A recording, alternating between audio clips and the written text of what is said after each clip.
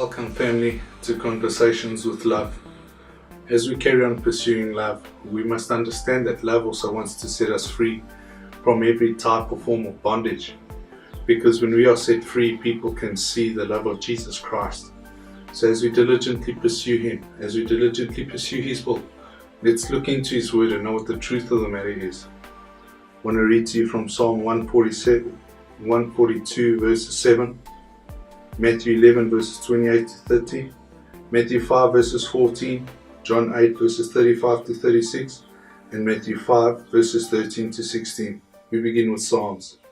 Bring me out of prison so that I can thank you. The godly will crowd around us, for you are good to me. In Matthew 11 verses 28 to 30 it says, And Jesus said, Come to me all you are weary and carry heavy burdens, and I'll give you rest.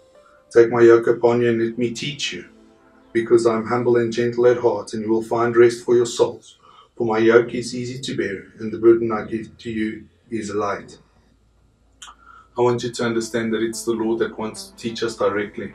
It is Him who makes our paths clear. And the more we obey Him, the more we listen to Him, the more we hear Him, the more we know His voice. He clearly says that His sheep know His voice, and the voice of a stranger we will not follow. So as we diligently manifest and as we diligently inspire each other to hear His voice and not just second-hand information from one another, but rather to see the Christ in us and partake of that, let us walk in victory and let us walk in the freedom that breaks every bond. Matthew 5 verse 14 it says, You are the light of the world, like a city on a hilltop that cannot be hidden. And John 8 verse 35 to 36 says, A slave is not a permanent member of the family, but a son is part of the family forever. So if the Son sets you free, you are truly free. Jesus is the Son of God. Matthew 5 verse 13 to 16 says, You are the salt of the earth, but what good is salt if it has lost its flavor? Can you make it salty again? It will be thrown out and trampled underfoot as worthless. You are the light of the world, like a city on a hilltop that cannot be hidden. In the same way, let your good deeds shine out for all to see, so that everyone will praise your Heavenly Father.